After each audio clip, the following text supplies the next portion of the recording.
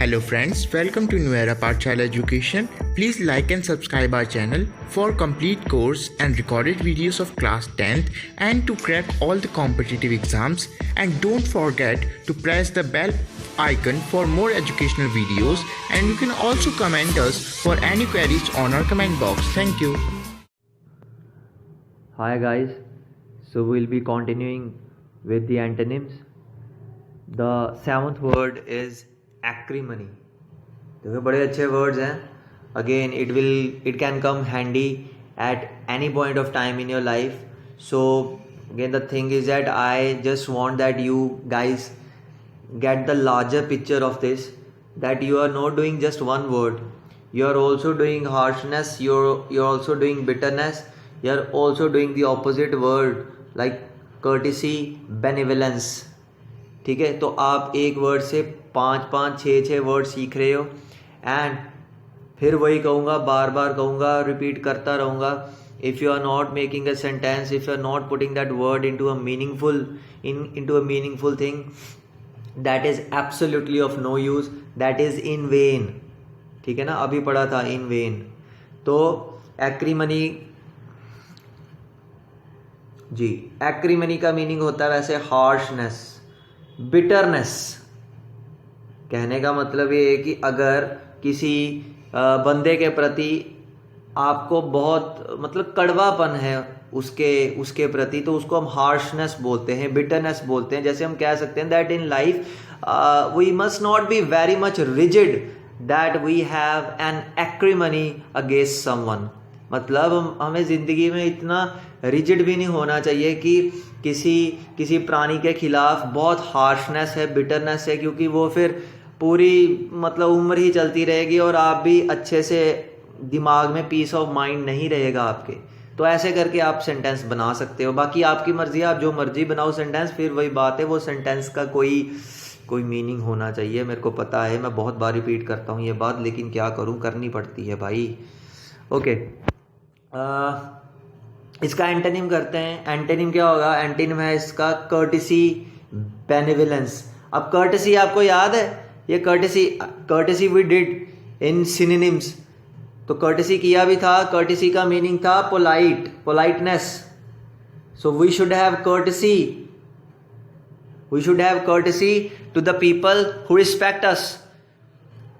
जो बंदे आपकी कदर करते हैं उनके प्रति कर्टिसी रखिए, पोलाइटनेस रखिए, बेनेवलेंस रखिए. ठीक है, जैसे कोई भी मतलब कोई भी इंसान है, ये नहीं देखना कि वो कहाँ से बिलोंग करता है या किधर से रहता है या कौन है या ये है, ढिमकाना है, फलाना, ये नहीं है. हमें सबके प्रति कर्टिसी होनी चाहिए, पोलाइटनेस होनी चाहिए, बेनेवलेंस की फीलिंग होनी चाहिए, जिससे कि एक हार्मनी बनी रहेगी, पीस बना रहेगा, एक दूसरे के प्रति अच्छी भावनाएं होंगी, एक दूसरे की रिस्पेक्ट होगी, और जहाँ पर all the people would be living in brotherhood, there will be togetherness, there will be solidarity. Solidarity के स्पेलिंग होते हैं SOLIDARITY. सॉलिडारिटी का मतलब होता है यूनिटी. ठीक है, तो हमने ऐसे करके चीज़ें सीखनी है. देखो, आपने just notice one thing, I am giving too much stress on one word because I know that from one word you are learning 4 to 5 words, and I am trying to make the story of these 4 to 5 words so that it can be inculcated directly, automatically in your mind. तो आपको समझ लग जाए. बस आप अगर ध्यान से सुन भी लोगे, if you are having a good listening skill, अगर आपकी लिसनिंग स्किल्स अच्छी हैं, आप ध्यान से सुन रहे हो, तो आपको दोबारा करने की ज़रूरत नहीं पड़ेगी. जो सुना हुआ ही है वही आपके लिए काफ़ी होगा, वही सफिशिएंट होगा. ठीक है, तो प्लीज़ अपनी जो अवेयरनेस है इसको हाईएस्ट पॉइंट पे रखें. Moving further, adamant. This is one of my favourite words, adamant. देखिए, इट मीन्स स्टबन, इनफ्लेक्सिबल. मतलब इसका ये है कि बंदा बहुत स्टबन है, इनफ्लेक्सिबल है. देखो, अब see again the thing is that when we are using a word, it depends upon the context of a sentence how we are using that word. In a positive way और इन a negative way, क्योंकि ये जो अपने आप में words हैं, ये अब ये नहीं कहोगे स्टबन जो है इनफ्लेक्सिबल है ये नेगेटिव में ही यूज होगा, know that is not the case. It depends upon the making of our sentence, how we are presenting or representing that sentence in front of others. Like I give you two examples, one negative, one positive. Adamant, it means stubborn, inflexible. मतलब stubborn का meaning होता है जिद्दी होना. Inflexible का क्या meaning है? देखो कितना सिंपल है. Inflexible का मतलब होता है जैसे आप कोई रबर बैंड देखो, गुलेल देखो, वो फ्लेक्सिबल होती है, मतलब वो कोई भी शेप धारण कर लेती है.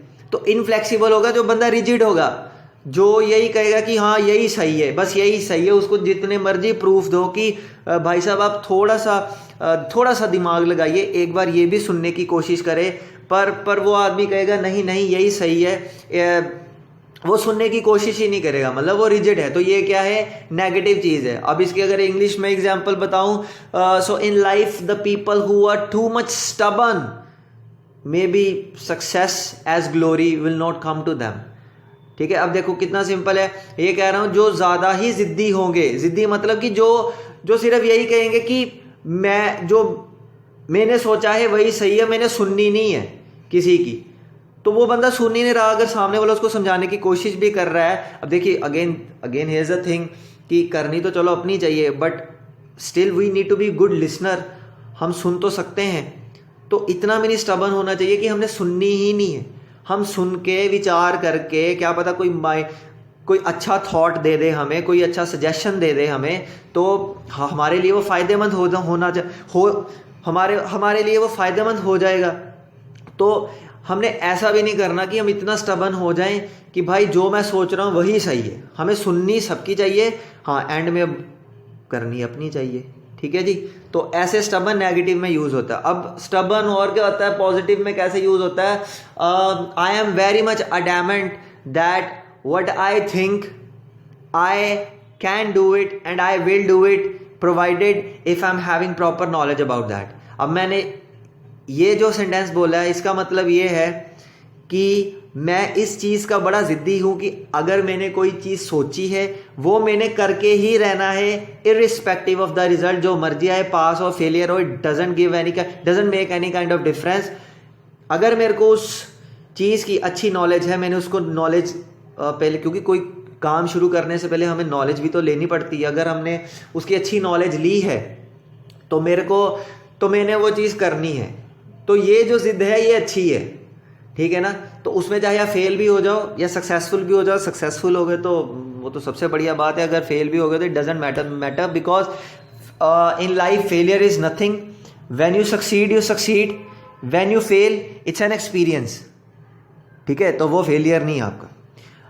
अब देखिए इसका जो मैंने चलो भाषण थोड़ा ज़्यादा दे दिया, I hope you don't get bored. इसका एंटोनिम कर लेते हैं. It means flexible, soft. तो फ्लेक्सिबिलिटी होनी चाहिए लाइफ में. ठीक है, जैसे सर्वाइवल ऑफ द फिटेस्ट बोलते हैं. सर्वाइवल ऑफ द फिटेस्ट का मतलब होगा only those people will survive in today's era who will not be very much adamant on all the things.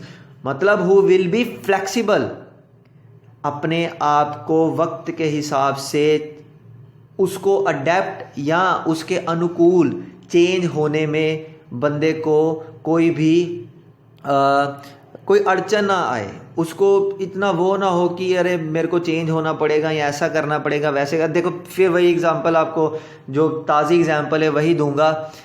कौन सी एग्जांपल? जो हमारा लॉकडाउन अभी चल रहा है.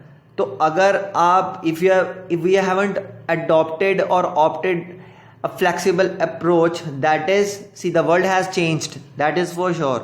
The world is not the same now.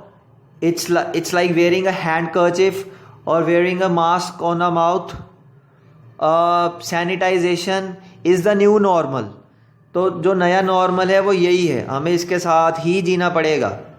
तो जो तो बंदा इसको एक्सेप्ट कर लेगा या कर रहा है उसके लिए अच्छा है. मतलब जो बंदा फ्लेक्सिबल है इसमें, इस चीज़ में अडैमेंट नहीं है, तो उसके लिए अच्छा है. जो अडैमेंट होगा, नहीं जी मैं तो बहुत तगड़ा बंदा हूँ, तो मैं तो ये चीज़ों की परवाह नहीं करता, मैं तो खुले में ऐसे घूमूंगा और मैं तो मास्क नहीं डालूंगा, तो फिर मतलब फिर कुछ भी हो सकता है, फिर वो जो चीज़ है वो अच्छी बात नहीं है। कहने का मतलब है कि आपको इस चीज़ में इतना अडैमेंट भी नहीं होना चाहिए।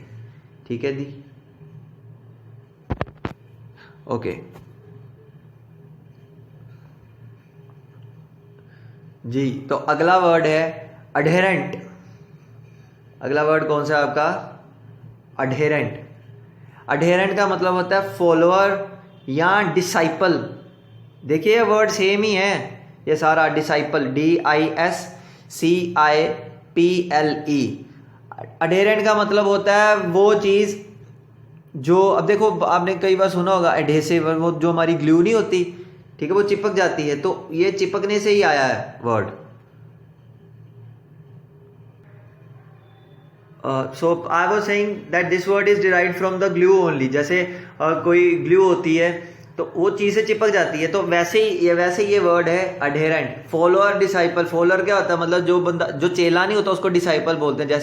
जैसे कोई गुरु है तो उनको हम फॉलो कर रहे हैं, बहुत पूरे दिल से फॉलो कर रहे हैं, पूरी शिद्दत से फॉलो कर रहे हैं, उनकी बहुत कदर करते हैं, तो वो जो चीज़ है वो क्या है? हम एडहेरेंट हैं उनके प्रति, हम उनके क्या हैं? डिसाइपल हैं, मतलब उनके चेले हैं। जो वो करते हैं हम कोशिश करते हैं वैसा ही करें।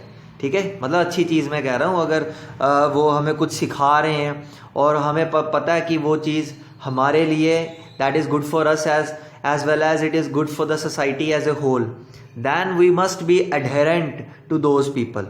ठीक है, ये अपने आप में एक सेंटेंस भी हो जाएगा, that we must be adherent to those people who are trying to convey a positive, a very much optimistic and who are trying to bring a very much positive change in the society।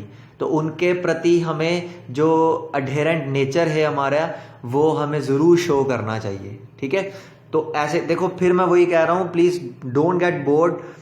ये मैं जो इतनी कहानियाँ आपको बता रहा हूँ, ये इसीलिए बता रहा हूँ कि आप इसको एटलीस्ट एक बार सुन लें, क्योंकि वर्ड्स को अगर आप स्टोरी में नहीं डालोगे that is of no use, उसका कोई फ़ायदा नहीं होगा। अगर मैं सीधा ही आपको करा दूँ एडहेरेंट, उसका मतलब फॉलोअर है, डिसाइपल है, तो वो तो आप खुद भी कर सकते हो।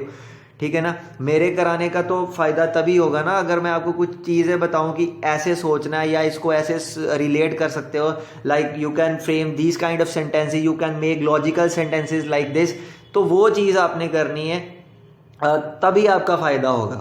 ठीक है, अब इसके हम एंटोनिम्स करते हैं। एंटोनिम्स क्या है? राइवल, एडवर्सरी, एक बड़ा अच्छा वर्ड है। एडवर्सरी को ओपोनेंट भी बोलते हैं, मतलब कि ओपोनेंट वही बात जो उसके ऑपोजिट होगा। राइवल क्या होगा? मतलब दुश्मन, मतलब उसको फॉलो नहीं करते, सिंपल सी बात है। जो राइवल होता है, जो एडवर्सरी होता है, उसको हम फॉलो नहीं करते हैं, तो वो क्या हो जाएगा? वो अडहेरेंट नहीं होगा। ठीक है, अडहेरेंट फॉलोअर और डिसाइपल ही होगा। वो अपने आप में राइवल और एडवर्सरी, एडवर्सरी का मतलब होता है ओपोनेंट, जो जिससे हमारी क्या बोल सकते हैं कि हम उसके विचार के विपरीत हैं। जो वो बंदा कह रहा है हम वो चीज़ नहीं मानते हैं, तो वो एडवर्सरी हो जाएगा, वो राइवल हो जाएगा। मतलब जिससे थोड़ी सी हमारी खुन्नस होती है, उसको बोल सकते हैं हम राइवल, एडवर्स। अब देखो इसका कितना सिंपल एग्जांपल अगर हम बनाते हैं कि Pakistan is the greatest adversary of a country, तो वो है अपोनेंट है, एडवर्सरी राइवल है, मतलब हमारे विचार और उसके विचार नहीं मिलते हैं। ठीक है, तो वो जिसको कहते हैं एडहेरेंट नहीं होगा। और इसके ये भी हो सकते हैं वर्ड्स, फॉर एग्जाम्पल इसके सेंटेंसेस ये भी हो सकते हैं, जैसे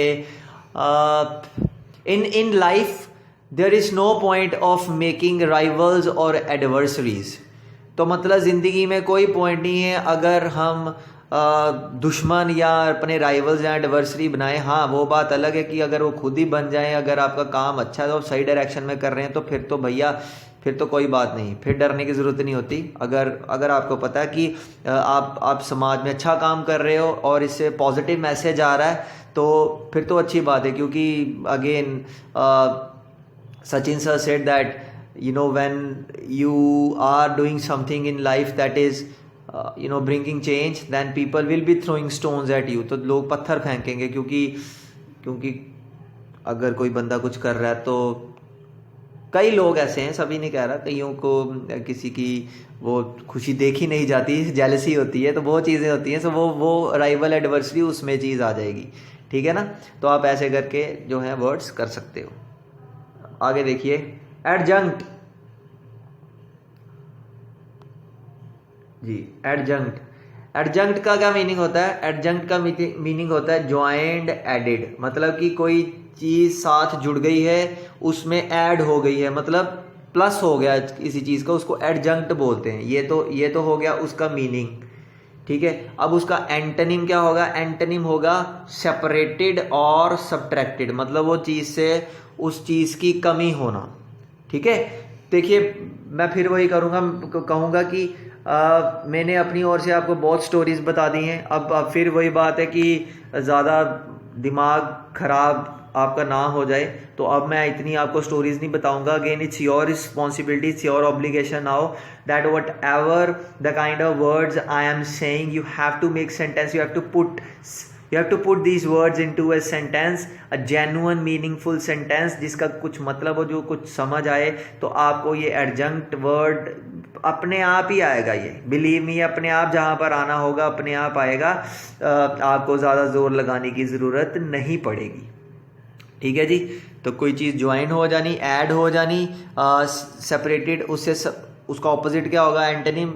कोई चीज़ उससे बाहर निकल जानी, सब्ट्रैक्ट। मैं आपको बना ही देता हूँ इसका एग्जांपल। एडजंक्ट का ज्वाइंट एडिड, जैसे हम कह सकते हैं व्हाट वी कैन से,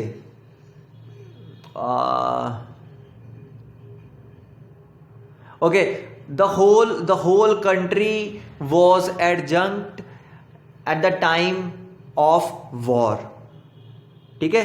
या the whole country adjunct at the time of any war।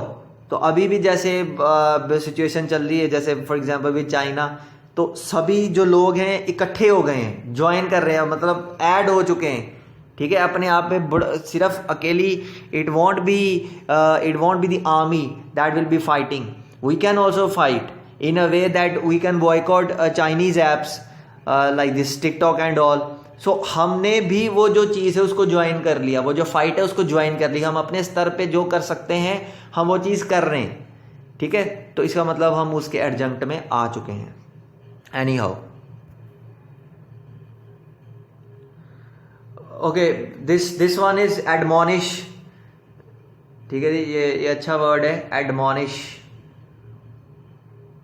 Admonish इसका मतलब होता है काउंसिल, रिप्रूव, और इसका ऑपोजिट है अप्रूव, अपलॉड। एडमोनिश का मतलब है कोई चीज़ का, मतलब कोई चीज़ को खारिज करना, किसी चीज़ को रद्द कर देना, उसको एडमोनिश कर दिया, ठीक है जी। उसको काउंसिल कर दिया, उसको रिप्रूव कर दिया। तो अप्रूव है, उसको पारित कर दिया, ठीक है। This law has been approved by the central as well as state government. Applaud, applaud का मतलब उसकी सराहना करनी, ठीक है। अपलॉड, उसकी तारीफ करनी, तो तभी पारित हो गया। उसको एडमोनिश नहीं बोलते हैं, एडमोनिश इसको बोलते हैं। कंफ्यूज मत हो जाना, जो लेफ्ट साइड वर्ड्स लिखे हैं ये सिनोनिम लिखे हैं, ये एडमोनिश जो वर्ड है इसका मीनिंग बताते हैं। जो राइट साइड में लिखे हैं ये उसके एंटोनिम हैं, ये उसका ऑपोजिट मीनिंग बताएंगे। एंड अगेन आपको ये वर्ड्स के सेंटेंसेस बनाने हैं। बार बार कह रहा हूँ, मेरा दिमाग ख़राब हो गया बोल बोल कर, एंड आई होप आपको समझ आ रहा है, ठीक है। अब मतलब मेरे को पता शायद आपका भी दिमाग ख़राब हो गया होगा सुन कर, बट मैं ये चीज़ बोलता रहूँगा क्योंकि ये देखो सिंपल सी बात है, इंग्लिश यही है। ये आपने वर्ड सीखने हैं, उसको सेंटेंसेस में बनाते जाओ, सीखते जाओ, बनाते जाओ, तो वही इंग्लिश है। वही the same kind of sentences you are using while you are speaking, while you will be writing anything, while you will be communicating, and that communication will be something unexpected, it will be unprecedented, trust me. अब देखो ये word जो है unexpected, unprecedented अपने आप ही आ रहे हैं। मैं सोच के थोड़ी आया था कि ये बोलूँगा, तो ये इसलिए आ रहे हैं क्योंकि ये कहीं ना कहीं अनप्रेसिडेंटेड, ये पढ़ रखे हैं, उनके सेंटेंस बनाए, उनके सेंटेंस पढ़े हैं, तो अपने आप ही लैंग्वेज बन जाती है, अपने आप ही वर्ड्स आ जाते हैं, अपने आप ही आप सेंटेंसेस बोलना शुरू कर देते हो, ठीक है। अच्छा जी, अब ये करते हैं एडवर्सिटी। अब देखो एडवर्सिटी बहुत सिंपल वर्ड है, ये हमने पहले वैसे कर भी रखा हुआ है। एडवर्सिटी का मीनिंग होता है मिसफॉर्चून, कैलेमिटी, और इसका जो ऑपोजिट होता है प्रॉस्पेरिटी, फॉर्चून। एडवर्सिटी का मतलब क्या, कैलेमिटी आ गई। अब जैसे ये जो साइक्लोन आया था ये क्या थी, एडवर्सिटी आई थी इंडिया के ऊपर, वेस्ट बंगाल के ऊपर। अभी मुंबई में भी एक आया था, वो भी क्या थी, एडवर्सिटी आई थी। मिसफॉर्चून आई थी, कैलेमिटी आया था। तो प्रॉस्पेरिटी, फॉर्चून क्या हो गया, मतलब कि कोई अच्छी बात हो जाना, उसका ऑपोजिट। ठीक है जी। तो बाकी हम जो है थोड़े से और वर्ड्स रह गए हैं, प्लीज़ बेयर विथ मी, तो उसको एंड तक सुनिए और आपको कुछ बहुत अच्छा समझ आने वाला, ट्रस्ट मी। ठीक है। तो बाकी हम जो कुछ वर्ड्स हैं कुछ मेरे हिसाब से 10 का वर्ड्स रह गए, बहुत अच्छे वाले वर्ड्स हैं। सारे वर्ड्स जो आपको कराए हैं बहुत बहुत बेनिफिट होंगे। तो उसको हम उसको हम अगली वीडियो में करते हैं।